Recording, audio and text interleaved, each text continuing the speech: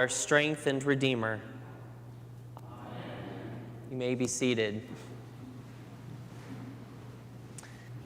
My friends, we enter once again into a season of transition. For those of us here who might not have seen the communications this weekend, on Friday we sent out a letter to the church announcing my departure as rector, that our final Sunday together will be September 6th, with our final time together being on September 11th for a time of celebration, a meal of joy and thanksgiving for each other. Transitions are a natural part of life. We all go through them, whether we want to or not. They come unbidden to us, and they rarely, if ever, come on a timeline that we would expect or desire. But transitions come. Just as we live and breathe and move in this world, so do we change.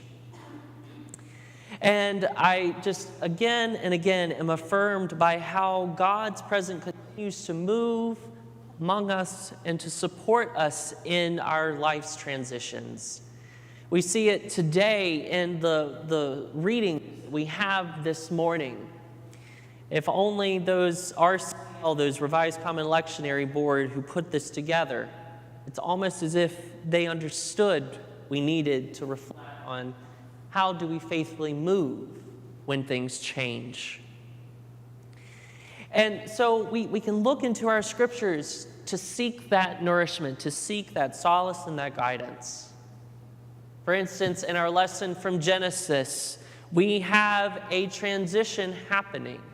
We have Israel, the father of all of these children, who have sold one of their brothers into enslavement in Egypt. And through a miraculous path and providence of God protecting Joseph, he rises to a leadership position over the entire empire of Egypt. And then when this transition comes, this change and a famine enters the world, and uncertainty has entered into the life of his family, God provides exactly what is needed. Through unexpected ways, God has prepared Joseph and his family and all those in whom they touch for this transition in their life. God was present. God nurtured. God provided the food that needed and the safe space to which to be protected. God is present in that transition. We see it also affirmed too in our reading from our letter to the church in Rome. Here we see a transition happening within a community's understanding of itself. We won't get into too much of the nuts and bolts with Paul. That could be a whole dissertation on this letter. But the section in which we read is a portion of his writings to the church in Rome when they are wrestling with what does it mean to be church? And those who are followers of Jesus, are we better? Is this a new promise that God is creating that supersedes the covenant that God has made with Israel? Again, this human question of who are we and how are we to be together and how do we relate to our sister faith? And where human fear and uncertainty was leading some in the congregation to wonder if one was better or over the other, Paul's words are the vessel in which God speaks, the Spirit speaks. No. God does not reject God's people. God does not reject God's promises, and that the blessings of God are irrevocable, always there. Here in the midst of this transition of that particular community, we hear the Spirit's comfort that I am with you always, and that the blessings that I have bestowed upon you and promised to you, I will fulfill. And that is to all of us. We even see transition play its way out in our gospel reading, which, let me just go ahead and flag, There's some challenging language and interactions in here. We've reflected on that before. Jesus is a little bit of a jerk in this particular passage, and we will flag that, just recognizing that there's more to say there at another time. But when we reflect on what this passage in the gospel has to teach us about transition, we see once again how God is sustaining the disciples and revealing the fullness of God in that change. Where there are these cultural, religious notions of people who were in God's family and who were outside of it, for whom God's blessing was brought to be gifted to, we see where God speaks through the Canaanite woman, who challenges those cultural assumptions of who's in and who's out, who challenges the religious assumptions being made. Yes, Jesus, and yet also don't the dogs eat the crumbs from the master's table? This act of justice and of clarion voice, of clarity, that God's love is for all of God's people. That doesn't erase the promise that God has gifted to other communities and other individuals. Rather, God's promise is extended to us all. We have known transitions, and we have known how God has seen us through them.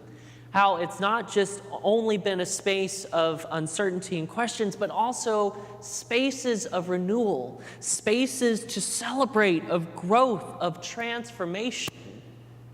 We've been through a number of transitions in our time together.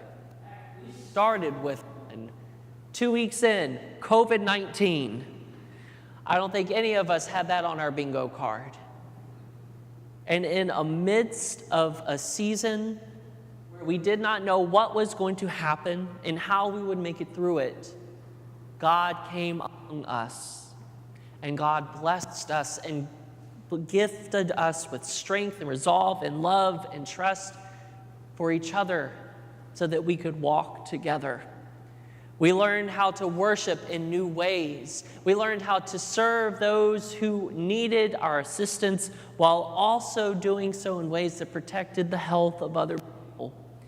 We discerned our mission and our vision. We gained a deeper understanding of who we are as individuals and as a faith community.